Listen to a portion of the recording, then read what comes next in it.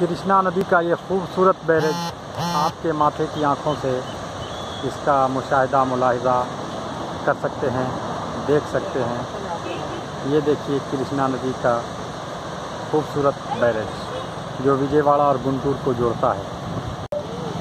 Barrage के ज़रिए, gate के ज़रिए, दरवाज़ा के ज़रिए रोका जाता है। फिर उसके बाद का ये नज़ारा, चिड़िया भी है और मछुआरे भी बहुत ज़्यादा यहाँ पर हैं जो मछली फ़िश पकड़ते हैं।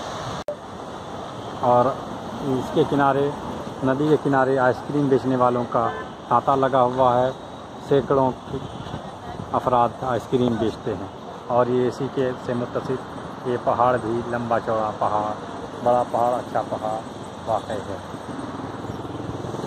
ये देखिए कृष्णा नदी का खूबसूरत नज़ारा, खूबसूरत लम्हा, खूबसूरत पल अपने माथे की आँखों से।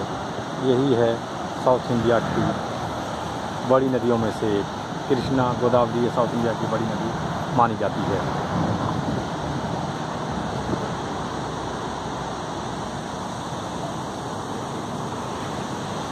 विजयवाड़ा गुंटूर हाईवे का ये रोड, जहाँ से लोग विजयवाड़ा और गुंटूर आते और जाते हैं।